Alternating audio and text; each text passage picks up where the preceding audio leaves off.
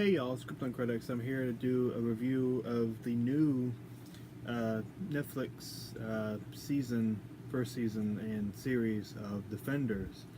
Uh, this is a crossover of the previous uh, Marvel shows with harder edge, and the characters from each of those shows are now coming together and becoming a team.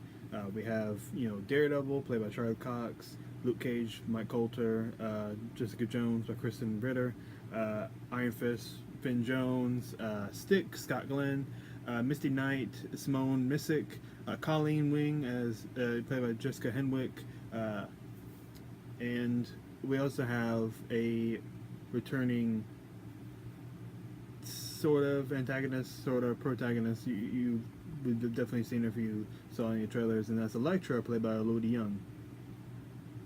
I'm going to start off this review. You know what? Fuck it. This review is going to be spoilers because there's a lot I want to talk about. So, but I'll start off with very broad things. Just how the story goes. The story is mostly really fucking amazing. It was fun to understand how these characters come together and the instances of this crime from this guy nicknamed the Architect, from the father and father and husband in the Raymond family. We have the Hand return, and we learn a little bit more information about the Chase and their war. We learn in this series that there's 5 members that lead the Hand. We've seen a few of them already, but now we have confirmation because they each represent like a finger on actual Hand. Members of the Hand are Madame Gao, Murakami, Sawande, Kabuto, and Alexandria, played by Sigourney Weaver. Now, I thought it was crazy that actress as well known as Rosario Dawson was in these shows back when these series started, and then we have Sigourney Weaver, Ripley herself from the Aliens franchise. I'm like, holy shit, that's fucking awesome. And I don't need to fucking tell you that she plays her role excellently. I mean, she's nowhere near my favorite villain in the MCU films or in television, but I can understand a lot of where she comes from. I think one of the problems is with characters like we've met, like Kilgrave, Cottonmouth, Kingpin, Punisher. We learn a shit ton or a lot about their past and how they came to be. With the Hand, it's all about what they do now. There's just like some mentions of things that they've done now, and just a connection to the organization as a whole. But everybody in the show has shines, not just as a character but also in performances. When we get the main 4, almost everything they say is either it's totally like, fuck yeah, that's awesome, just seeing the crossover, or it's funny, or it's a sense of camaraderie. Like I came out absolutely loving the connection with Luke Cage and Iron Fist. If you ever read the comics, their friendship is it's been a staple since the 70s. There's a cute back and forth between Jessica Jones and Daredevil. She keeps unintentionally or intentionally making jokes about him being blind. and him being a little corny a bit. Uh, they all have a little bit of problem with Daredevil at the beginning because he doesn't want to tell the truth, and Daredevil I really enjoy as a character, but at the same time, he makes a lot of decisions where he's conflicted, but it's sometimes grating for us to like, well, we want to see you like do well, like very like in I think in the first or second episode he lies to Karen Page that he's given up this life and he doesn't want this anymore. Truth is that he does. He like goes to confession and tells the preacher what he that he really loves doing this, but he also has an unwavering love for his city, and he doesn't want the crime to run and corruption and such. It's great to see how everything fits into together. Like maybe probably a mild spoiler here is that Sigourney Weaver, her character Alexandra, she was integral to Elektra being brought back to life in her resurrection. They use this special MacGuffin substance to bring her back to life, and Alexandra used the last of it to bring her back to life. Problem is, Alexandra, I believe, has cancer, but she's dying from something, and her days are numbered. But no reason to worry about that because, big spoiler, Elektra fucking stabs her with size and kills her. I'm like, oh shit, you killed the Weave. Oh no, why? Oh my god.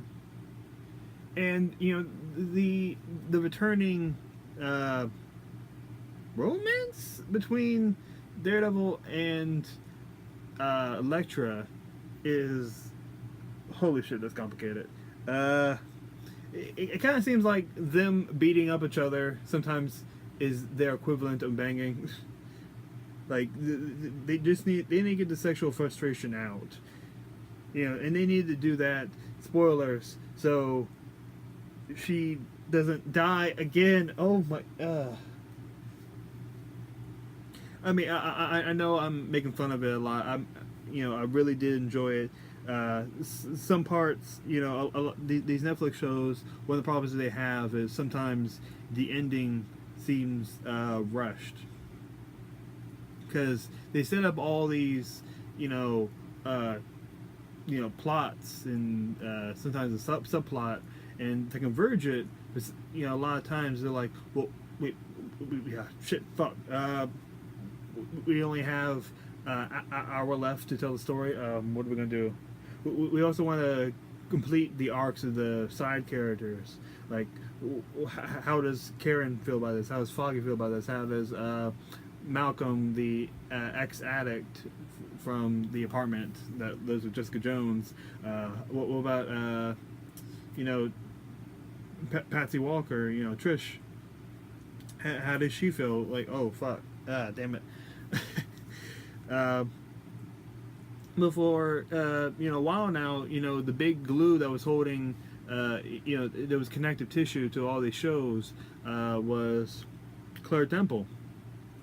She patches up everybody, or she helps someone patch somebody up. She did in Jessica Jones, both seasons of Daredevil, Iron Fist, and Luke Cage.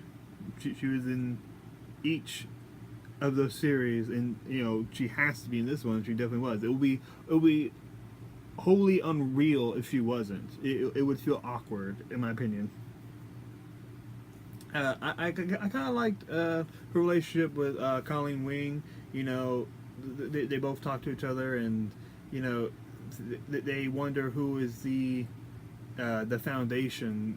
That keeps everything steady with all the hero types that they keep bumping into. And that was pretty fun.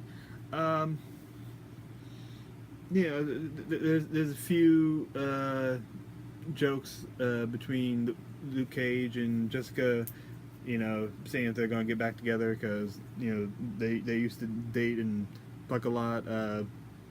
But of course, that was before uh, Luke uh, tried to beat the fuck out of her for uh, being having the cause of death of his girlfriend that was working for Seagate.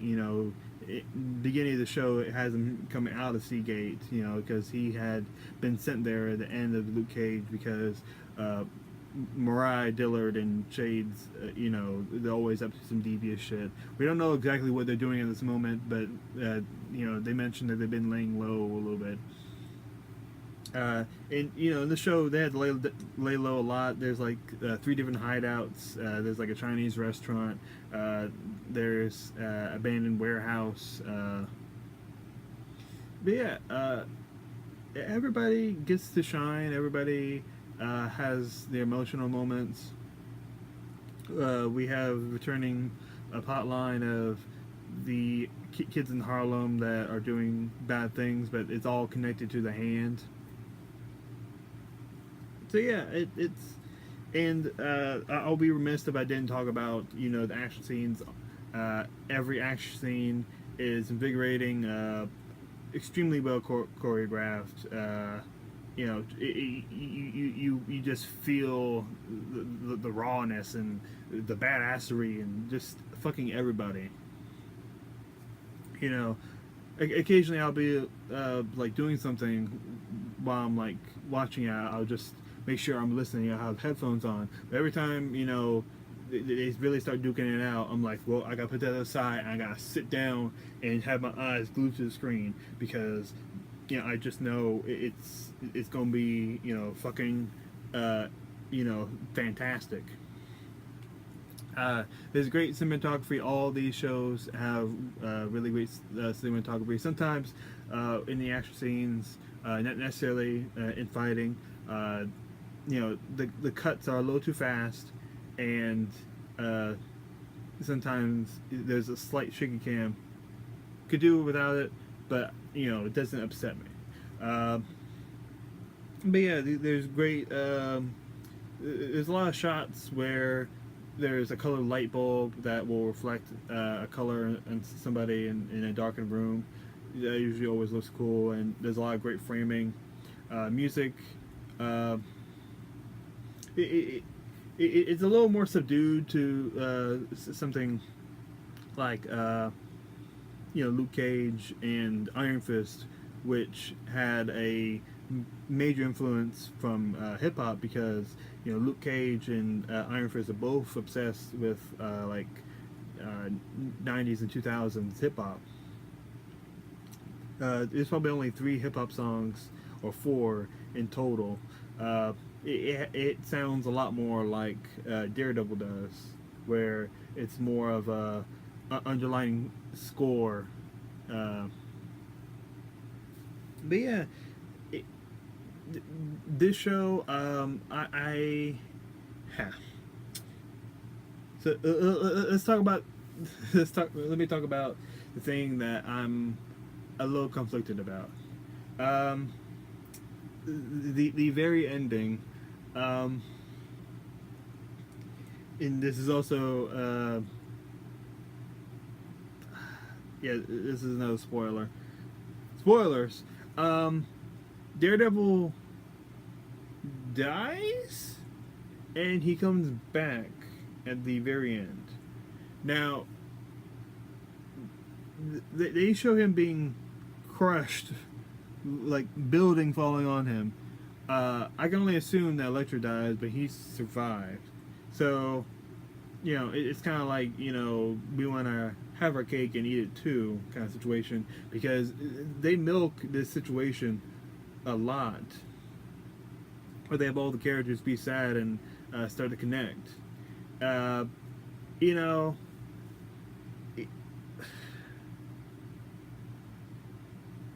maybe because I always associate Alexa with being stabbed and having her character being resurrected. Like, that's pretty much sequential with that character. Like, that's one of the biggest things that she's known for. But in the comics, it was Bullseye did it. But he really doesn't die at all. So, like, I'm not gonna. I was conflicted because while I was watching, I'm like, wow, this is amazingly sad and touching. But at the same time, I'm like, wait, this supposed to be a Daredevil season 3. Like, wait, how? Don't tell me that he's alive. Don't. Fuck. Shit. I'm like, oh wait, they could turn freaking Danny Rand into Daredevil, because they did that. They've done that before in the comics, where like during the Civil War conflict, that series that was released in 2006. Even though the writer wasn't aware of it, it was already established by another writer. And the person under the suit at the time was, Iron Fist, and really nobody cared.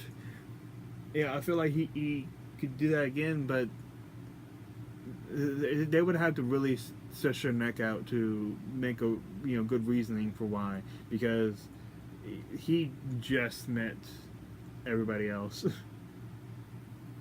But yeah, everybody is in character pretty much. Daredevil, is gradedly and has has the Catholic Guild and all. Jessica Jones is the hardened bitch that drinks. Luke Cage is the corny bad motherfucker with the metal skin and shit. Danny Rand, his heart's in the right place a lot of times, but he's a little boneheaded. I mean, I do enjoy the character. I think I enjoy him a bit more in his own series. Maybe it's because he had a more direct plan. This one, it seemed like a lot of times he would just shoot himself in the foot in the situation.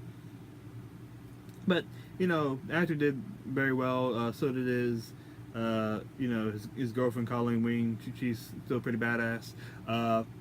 Another spoiler that I was hoping would happen, even though it just by hearing what I'm about to say might just sound fucked up, but I was happy when Misty Knight got her arm chopped off. Now, I know she's a good guy, but just as it feels as sequential that Bucky Barnes loses his arm, has a metal arm, I think that way with Misty Knight, because for the longest time she, just like Bucky Barnes, has had a vibranium arm. So I'm just like, oh shit, that's fucking cool. So sometimes doing stuff like the comics doesn't serve as the best. Sometimes it can feel like a scapegoat. And the MCU has definitely used the comic book death, trope before. Nick Fury died, Agent Coulson died, Loki died, and then died again. So, and of course, Elektra died and came back, right away. But it's still a lot of fun. I really enjoyed it. It was great to see, Kabuto Bug Kudo. I'm saying his name wrong. Or Kabuto. Damn it. I like his character, and I feel bad that I keep getting his name wrong. But just everybody coming back and just connecting and having these stories converge, and the humor works so great, and you know, I'm going to give this show. I'm gonna give it an A. I was almost gonna give it A minus, but you know, as much as I enjoyed it, you know, I had to give it an A. The only thing from Marvel Netflix that I enjoy more is Daredevil season 2.